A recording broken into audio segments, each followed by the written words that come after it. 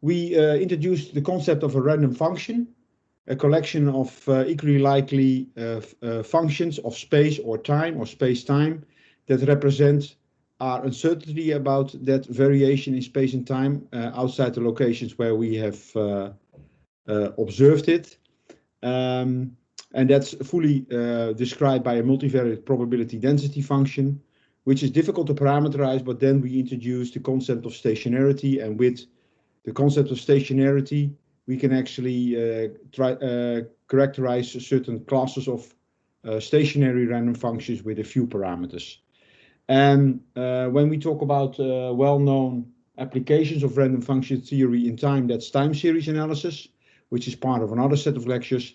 And in space, it's so-called spatial or statistics or geostatistics. And geostatistics is involved with this very simple problem, actually. So we have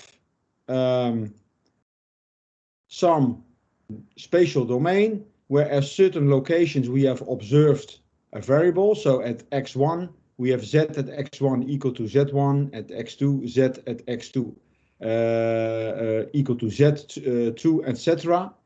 And we want to know what the value is of this unknown variable at z0, in this case here at the location x0.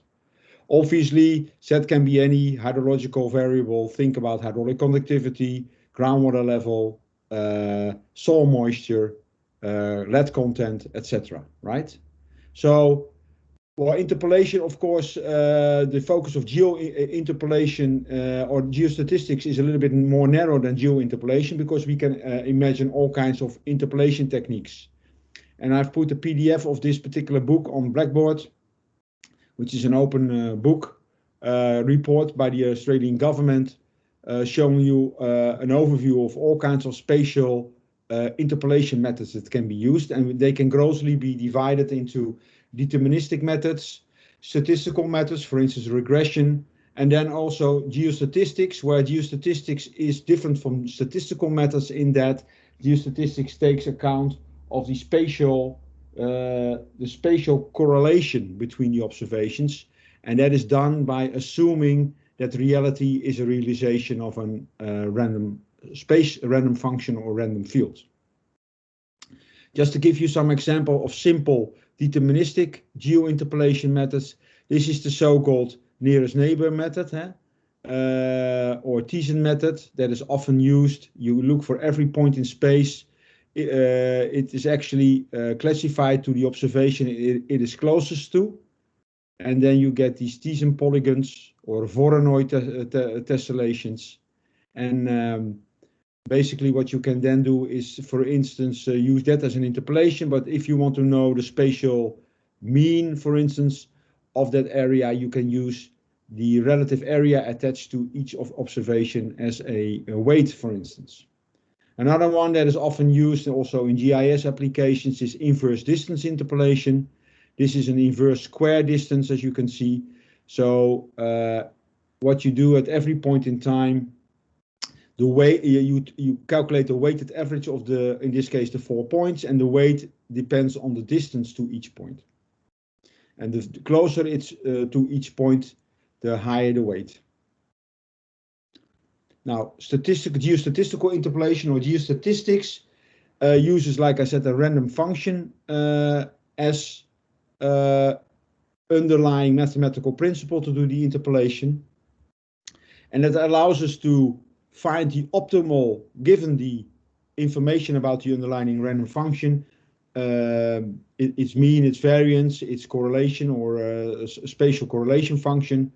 We get the optimal prediction of z at an unknown location, but because we're using some underlying stochastic model, we can also calculate the variance of the interpolation error. So if z x0 is the real but unknown value at at x0, then this one with the little hat is the optimal prediction, and the difference between the two is the prediction error.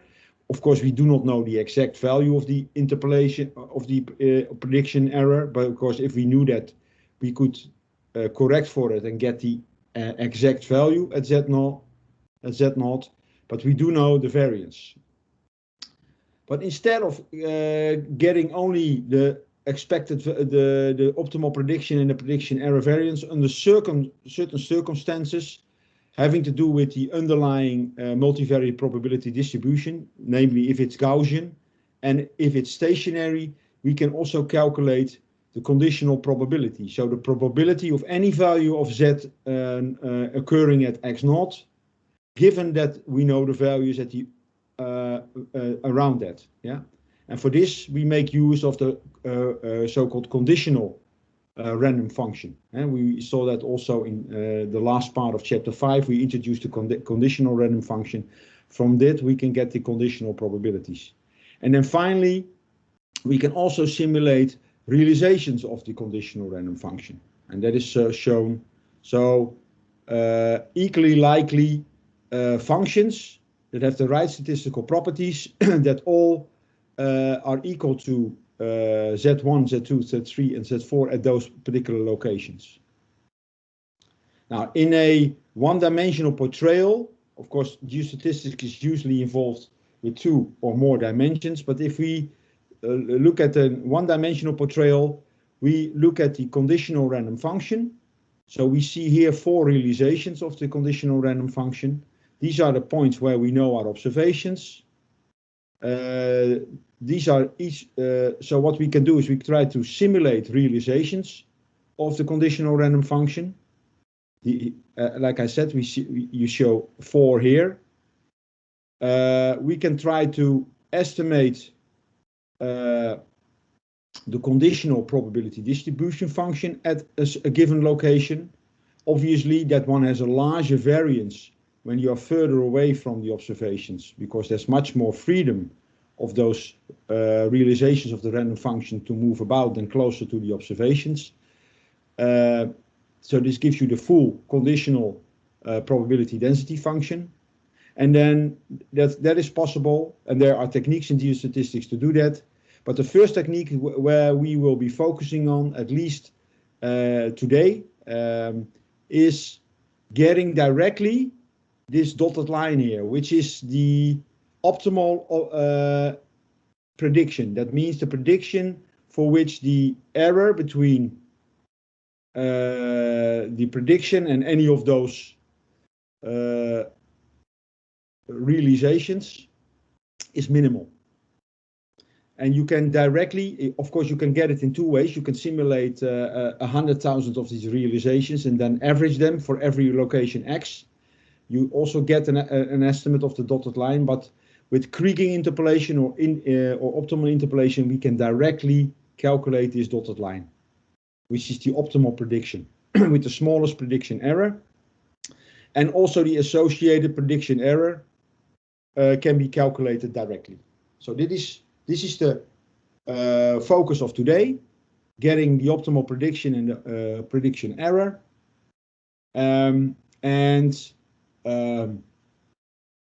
The focus of next week, or sorry, Thursday's lecture will be on getting the conditional probability distribution, or simulating equally likely realisations that all pass through our observation points and have the right statistical properties of the underlying random function. Okay. So this is a little bit thing where you can play with, that shows you all these things, which is in an example that is in R. Let me show you that. And if I try to share the screen, maybe instead of, I have to share screen 1. I can get R up. So here you see, for instance, you see 3 points that are observed. And of course, I can simulate different realisations of the conditional random function, as you can see. So I can also show the mean of these realisations, which is actually the kriging interpolation that we can also calculate directly, and of course the associated uncertainty. Yeah. Of course, I can resample.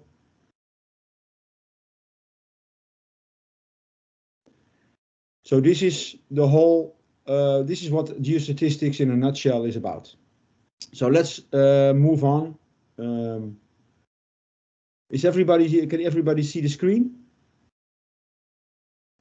Yes, the yes, PowerPoint? yes. Okay, great, great. Then we move on with the PowerPoint. And so to illustrate how kriging works and all the geostatistical techniques, we use this sample data set, which is called the Walker Lake data set. This is a plot where you show locations and the value. This is on a logarithmic scale, so you see that they're heavily skewed. There's a skew distribution with a positive skew in the sense that there are many small values, but there are a number of large values. And actually, where this is typically what you find if you do an initial survey, you do a random sample or some grid survey, and then suppose this is lead content and you want to map out the heavily polluted sites, you put an additional observations where there are very high values. And that's done here. This is a typical data set that you would have in practice. Now this can also be put into a spreadsheet or a data frame, in this case an R data frame with an X coordinate, a Y coordinate and a Z value. Yeah. This is also the data set that is used in the R practical that on geostatistics that is done next week. Now, what is the first thing that you see about this? Suppose that I want to know the underlying, suppose that I say, okay, these are all observations are partial, are observations from an underlying reality, which is assumed to be a realization, one of many, of an underlying random function.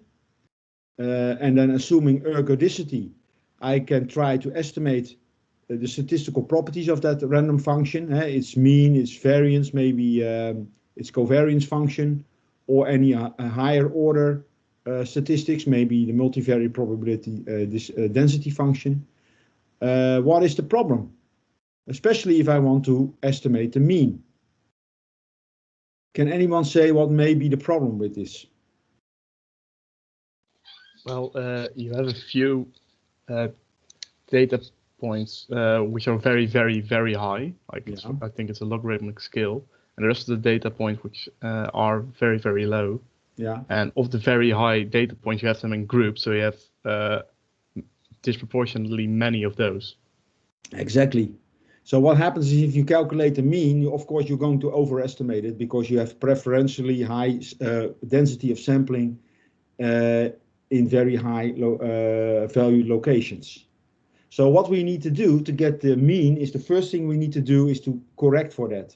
And there are different ways of doing that. But what is done often in geostatistical literature is what they call declustering, polygon declustering. So what you typically do is you take the points, and for each point you do this Thiessen polygons, like we showed before, as one of the interpolation methods, and you calculate the area. For instance, the area of the weight of this particular location. Location 1 is the area of 1 divided by the sum of all the areas. So you get sort of a representative value of an area that is represented by that particular location. And of course, if you have many points together, then those areas become smaller, which means that if you have redundancy in your sampling, you correct for this redundancy by attaching lower weights to those clustered observations. So instead of taking the weight 1 over n to calculate the mean, you take the weight. Yeah, and the same for the variance. To calculate the variance, you take the weight instead of 1 over n. Because if they would be equally distributed, they would all get the same weight, which is 1 over the number of samples. Now, suppose for this simple example, these are the weights, then the mean is 0.3 times 7 plus 0.25 times 9 plus 0.10 so 0.10 times 9, etc., etc. Yeah, and you get a weighted mean, which is in this case 9.25. The same for the variance. We apply this. We take the value and we subtract this mean value and then square it, and then instead of summing it and then dividing it by 1 over n, you're summing it with a weight, this clustering weight attached to each square deviation. And then you get a declustered variance. This is the way to correct for data redundancy and clustering. Now, a typical histogram, we will plot rank number over n plus 1, but now we're basically plotting. This is the weight of the first one. This is the weight of the first and the second one. The weight of the first, the second, and the third one, etc. So this is how you get the cumulative frequency distribution. And of course, the histogram is then not so the relative frequency is just summing up the weights of all the observations that fall into a certain bin. Yeah. Now, if we apply that to the Walker Lake data set, this is what you get. There are certain programs for that in R that can actually do that for you, and that can calculate the weight. So you see that certain weights get certain locations that are very much alone get a high weight, and others get a very low weight. By the way, these weights here are not adding up to 1, but they're adding up exactly to the number of observations that we have. So the software knows this and takes account of that. So this is, for instance, a very cluster one. Location 3 is probably very close to another observation and gets a very low weight. Now, if we do that, you can see how this works. This is the histogram of the Walker Lake. Is actually a synthetic data set. So the underlying, we have an underlying, what we know reality, a real field that is 50 by 50 cells in size. And then what we did is we sampled 140 locations from that. This comes from the book. This comes from the book that is from a piece of software called GSLib, which was issued in the 1990s by the University of Stanford, which is a well-known Fortran-based geostatistics package that is still being used a lot. But obviously these days people are still more and more using R. But this data set is the synthetic data set that is used in the associated book, and also another book by Pierre Govaerts for more advanced geostatistical techniques. They all illustrate their techniques by this data set. Now you can see that the true but unknown mean is 2.58. And if you do an unweighted histogram, you calculate the mean, it is much too high. Yeah. And the same for the standard deviation, it's also too high compared to that. But if you then decluster with the Voronoi declustering or Artesian declustering that I showed you before, then you can see that the mean is much closer. Yeah? So it really is quite effective.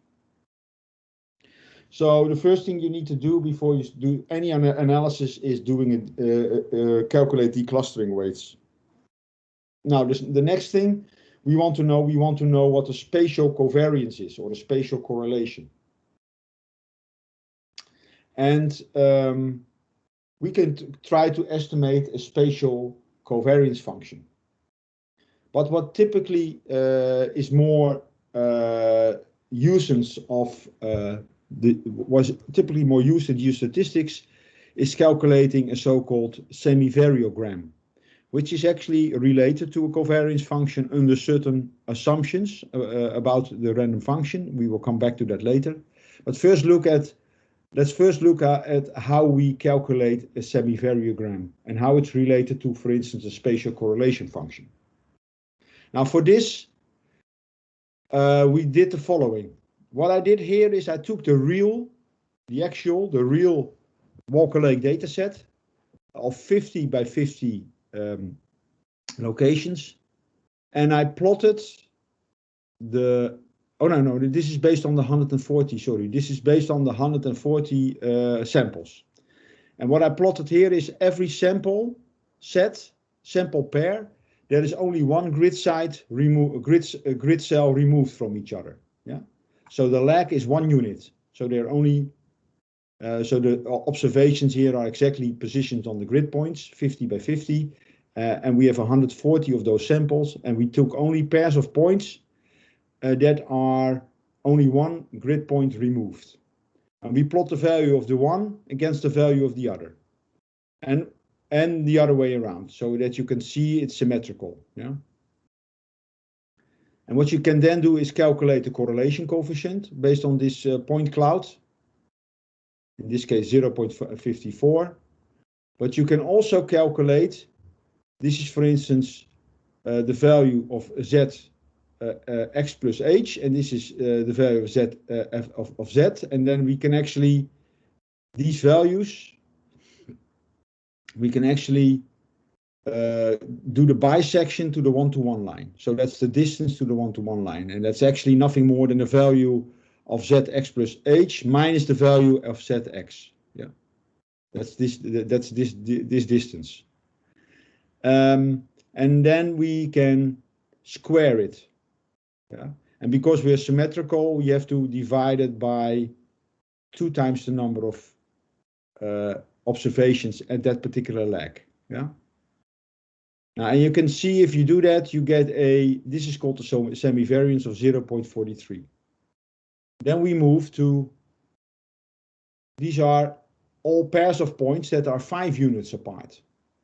And you can see that the scatter becomes larger, the correlation coefficient also becomes smaller, and the semivariance, which is the average square distance or between any point and its bisection, of the length of the bisection to the one-to-one line, or the squared difference between zx plus h and zx, that becomes larger. And for 10 units it becomes even larger, correlation becomes smaller, and for 20 units apart it becomes even larger. So what we can do is then plot, as a function of the distance apart of the points, we can plot, this is the distance and this is the semivariance, and you can see the semivariance goes from 0, close to 0, to a certain fixed value at a certain length. And the correlation, of course, goes to, if there are 0 units removed, is by definition 1, and it goes to 0, or even it becomes more negative, but that's noise, of course. So these are 2 alternative ways of measuring spatial correlation. Yeah, the so-called semivariograph or the correlation function. Now let's stick a little bit to the semivariograph. If we do this for all the, this is a so-called semivariograph cloud. So what we do is we take, this is the distance in units, and we take, this is 1 grid cell apart, 2 grid cell apart, and so on. So we did it for much more grid cells here. And these are, of course, these are the number of, these are the values of individual pairs of points that are this distance apart and fall in this category. And this is the average of that, or actually 1/2 of the average of that. So this is the estimated semivariograph value. And then the red line therefore gives you the semivariograph.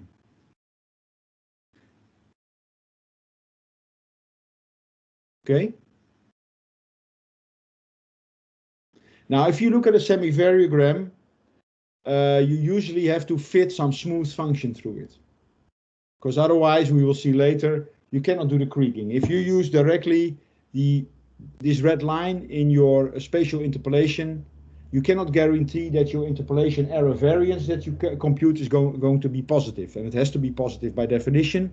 So we have to find a so-called positive semi-definite function through it, and we will see types of functions that we can use. We already saw some in the, we also already introduced some of them before, but we come back to that later when we looked at covariance functions, and they are quite similar. But if you look totally at a semivariogram and you fit one of those functions, you have a different of well-known behavior. This is typical if you have a wide sense stationary random function, you will see this behavior. You will see that it has a certain plateau that it ends up. This is also called a sill, like a window sill of the semivariogram, and it should actually be approximately the same as the variance of the underlying random function. That's the sill.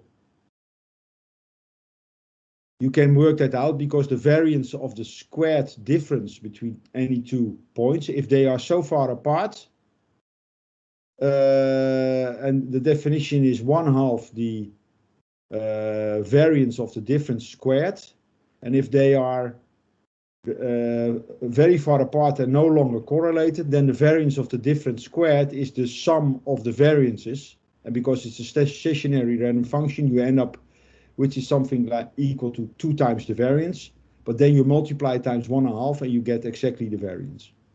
So this is called a sill of the variogram. And the distance at which this thing becomes exactly horizontal is called a range or correlation length. And then what's often also seen is that if you extrapolate the function to the y-axis, it doesn't go exactly to 0. So there's a sort of nugget, and this is called the nugget variance. I will come back to why this is called the nugget variance, but this is basically, this can be a combination of an observation error in your observations, but it can also be extremely short-term variation that is not resolved by your sampling. For instance, if we sample on cores of lead, or lead content, for instance, and we take soil samples, then within the soil sample there still may be some variation. So you have some short-term variation that you do not pick up with the sampling distances that you have. Both within the sample or between the sample, there still may be some variation left that you don't pick up, and that's called the nugget variance. Now what is fitted here is a typical semivariogram. You have to fit an allowable smooth function through it. Cannot be any function, it has to be an allowable smooth function. And in geostatistics, you will see that the most popular model that is often used is the so-called spherical semivariogram. I see a small error here in the, oh, that's all right. So that's a nugget for h is 0. This is an error. This should be a nugget minus the sill, and then times this thing here, and then for so for h is 0, it's equal to the nugget. For h is smaller than the range, sorry, it is equal to the nugget. Just get rid of one of those nuggets. Sorry, this is an error in the this is a small error in the slide. Minus the sill, and then multiply times a term that has a linear and a power 3 term in it. And then if it's larger than the range, it's just equal to the sill. And you have three parameters: the nugget variance, the sill, and the range. For instance, this is one that we fitted through the Walker Lake dataset based on 140 observations. You can see that the sill is 0.52, and the range is 2.9, and the nugget here is in this case 0. Now, if you have time, just run the auxiliary material. There is a little program where you can run and play around with changing the nugget, the range, and the sill of a variogram and see what happens. Now, I already said that we saw that when we introduced the semivariogram, we saw that it is actually also related to the correlation function, or actually it can also be related to the covariance function, which is the correlation function multiplied times the variance. And this is the case if the function is wide sense stationary. So that is theoretically derived on the next slide. If this is the semivariogram, is 1.5 times the expected value of zx minus zx plus a range, plus a lag h removed, and then the difference squared. Now, if we work this out, we get this is equal. The first thing we can do is we can easily subtract here the mean and there the mean, and the reason is because we are subtracting the two. So if we subtract the mean here, and we subtract the mean there, and we get rid of those brackets, then this disappears again. So we are allowed to do that. If we work this out, we get the expected value of this term squared, that's this one, plus the expected value of this term squared, that's this one, minus the cross term, this times this, and that's 2 times this, and this times this, yeah? So minus 2 times the expected value of z minus its mean and zx plus h minus its mean. Yeah. Now this is the variance of z. This is the variance at zx plus h, and this is the covariance between zx and zx plus h. But of course, if it's wide sense stationary, yeah. If we assume that the underlying random function, is wide sense stationary, what we see is that, what we see is that this is the variance, but this is also the variance, because the variance doesn't change under translation. So the variance is the same. This together is 2 times the variance multiplied times a half, yeah, get me 1 time the variance. And this is nothing more than the covariance between x and x plus h. So here we assume it also. So what you can see is that that for a wide sense stationary random function, we get that the semivariance of any lag is equal to the variance minus the covariance function. And also the other way around, the covariance is equal to the variance minus the semivariance function. So they are related. They're basically mirror images of each other, yeah? One goes like this, and the other one goes like this. It's the mirror image. Of course, we can also write it in terms of the correlation function, because we can actually factorize the variance here, and we get 1 minus the correlation, because the correlation function times the variance is the covariance function. So what you need to remember is that in case of a wide sense stationary random function,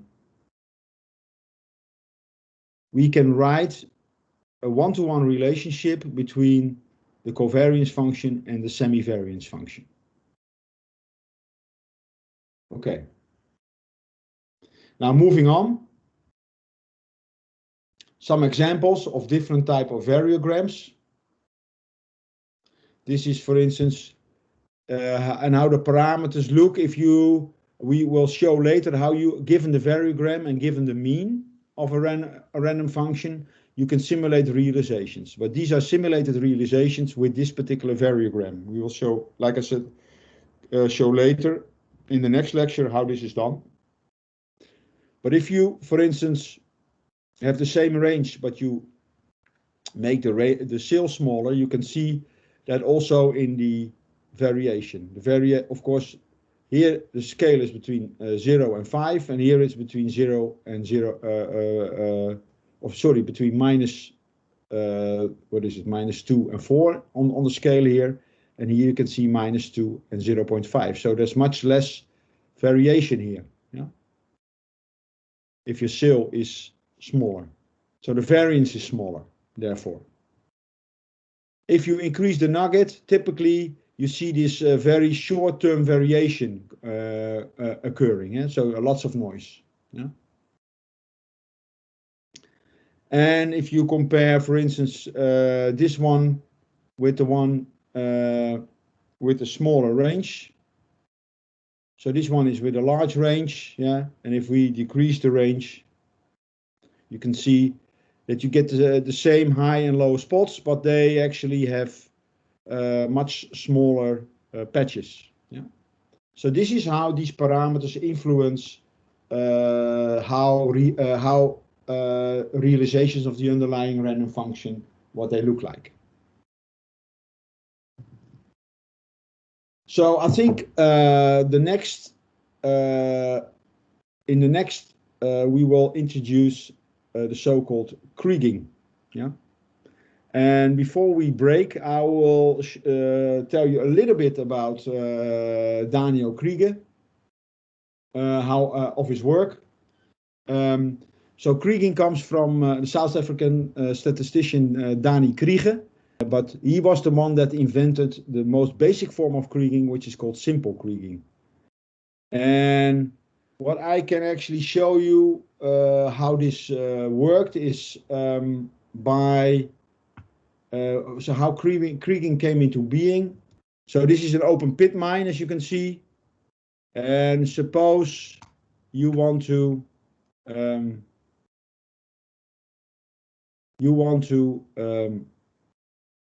develop these block by block. Yeah. So suppose you want to. So this is how what they do basically is they charge these things with sticks of dynamite on the side. This is one block. And then they explode it. And then the rubble is basically loaded into trucks. Right? And they want to know, okay, do we take it to the factory?